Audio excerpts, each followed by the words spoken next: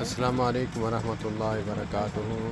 حضرت ابراہیم علیہ السلام کے بیٹے حضرت اسماعیل علیہ السلام، ان کا واقعہ ہے کہ آپ تشریف لے گئے اپنے بیٹے کے گھر، حضرت اسماعیل علیہ السلام کے گھر۔ تو جیسے بہوؤں کی عادت ہوتی ہیں، یہ انسلٹ نہیں ہے، کیونکہ بشری تقاضے کے لحاظ سے کچھ نسیان ہیں جو ہوئے ہیں، جیسے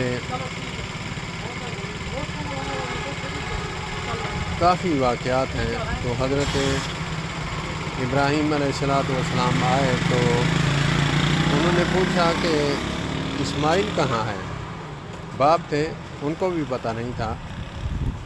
تو انہوں نے کہا کہ کہیں گئے ہوں گے شکار پہ یا کہیں پھرتے ہوں گے، مجھے نہیں معلوم۔ ایسے ہی جیسے آج عورتوں کی شکوہ کی عادت ہوتی ہے کہ پتہ نہیں کتنی ودا اسی رلتا، یہ توہین آمیز نہیں ہے۔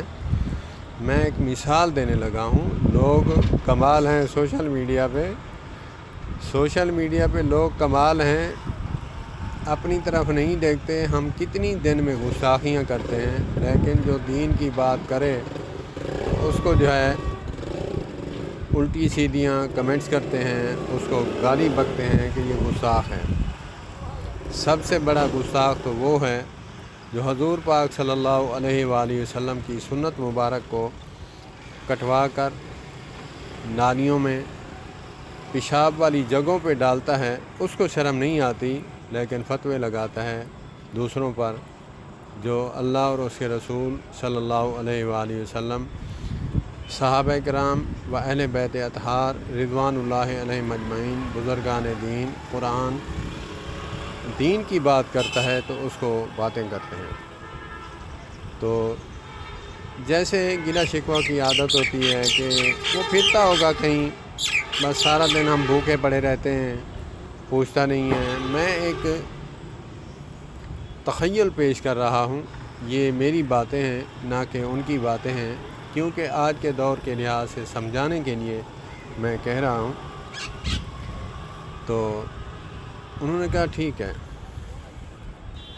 انہوں نے کہا کہ وہ آئیں تو ان کو کہہ دینا کہ اپنے کمرے کی چوکھٹ کو سنبھال کے رکھے، کہیں ٹوٹ نہ جائے، اس کی حفاظت کرنا بڑی اچھے سے، اور میرا نام بھی بتا دینا۔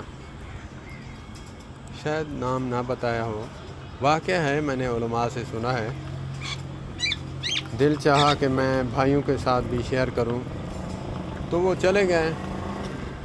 کئی عرصے کے بعد دوبارہ آئے، پھر حضرت اسماعیل علیہ السلام شام کو گھر آئے تو روئے داد سنائی بیوی نے، اور انہوں نے پوچھا کہ کوئی آیا تھا؟ کہا ہاں آیا تھا، کیونکہ جہاں نبی آتا ہے وہاں گھر معطر ہو جاتا ہے۔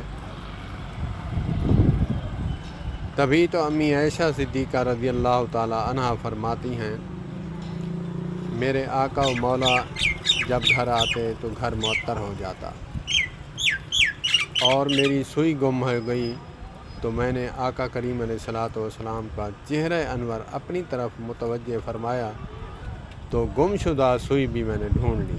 سبحان اللہ، سبحان اللہ۔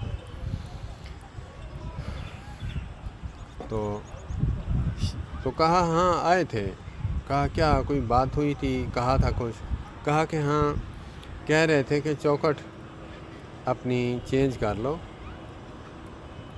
پہلی والی جو ہے چوکھٹ چینج کر لو۔ تو کہا بس، انہوں نے اسی وقت ان کو طلاق دے دی۔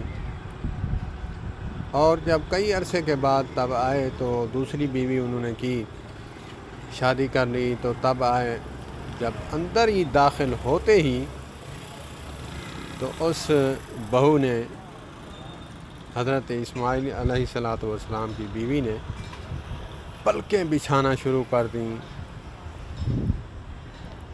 انہوں نے پوچھنے کے بعد انہوں نے بٹھایا اور پانی پوچھا، جو بھی میسر تھا کھلایا پلایا، بٹھا کر پوچھا کیسے گزر رہی ہے۔ کہا کہ بزرگوں الحمدللہ علی کل حال، اللہ کا کرم ہے، بہت احسان ہے۔ پوچھا کہ آپ کے میاں ٹھیک ہیں؟ ہاں الحمدللہ وہ ٹھیک ہیں، میرے ساتھ بھی ٹھیک ہیں الحمدللہ، بہت اچھا وقت گزر رہا ہے۔ تو جاتے وقت کہہ گئے کہ ایک میرا جو سنیڑا ہے میرا دے دیجئے گا اسماعیل کو، کیونکہ باپ کی بے تکلفی ہوتی ہے، وہ نام لیتا ہے، تو ہمارے لیے ہے علیہ الصلاۃ والسلام، کیونکہ ہم نبی پاک صلی اللہ علیہ وآلہ وسلم کی امت میں سے ہیں، تو ہمیں حکم ہے۔ تو کہا کہ ان کو کہہ دینا کہ چوکھٹ کو، اپنے گھر کی چوکھٹ کو سنبھال کے رکھنا۔ تو وہ چلے گئے۔ تو شام کو جب حضرت اسماعیل علیہ الصلاۃ والسلام آئے تو پوچھا کوئی آیا تھا؟ کہا ہاں آئے تھے، ایک بزرگ تھے، اور کہا کہ کوئی بات کی انہوں نے؟ کہا میں نے بٹھایا، پانی وغیرہ پلایا، کھانا جو میسر تھا وہ بھی کھلایا۔ اس کے بعد وہ جانے لگے تو ایک بات کہہ گئے تھے، مجھے تو سمجھ نہیں آئی لیکن آپ سمجھ جائیں۔ تو انہوں نے کہا کہ کیا کہا؟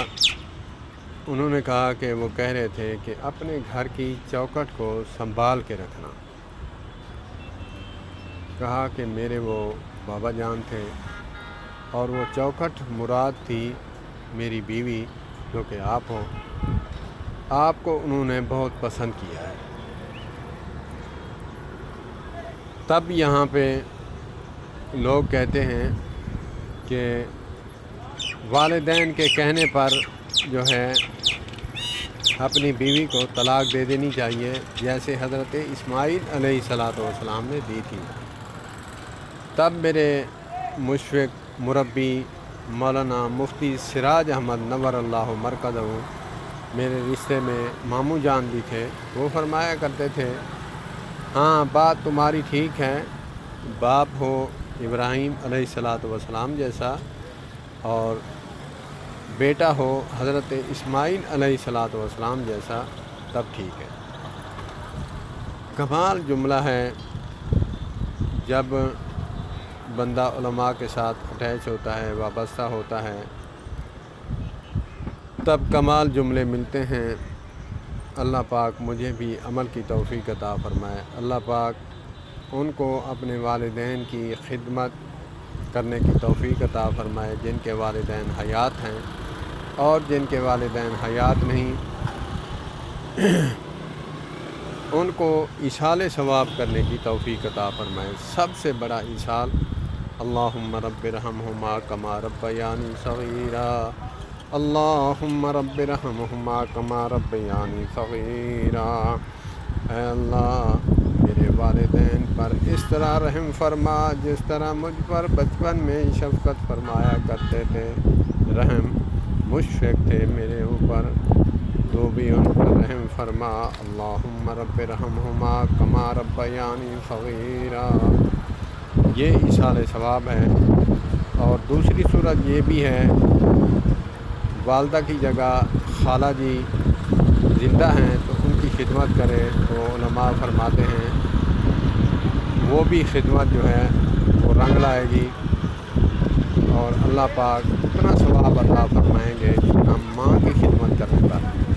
اسی طرح والد ہیں، والد کی جگہ چاچو جان ہیں، ان کی خدمت کریں، تب بھی اللہ پاک ثواب عطا فرمائیں گے، اور والد کے درجات بلند ہوں گے اور ان کو تسکین ملے گی۔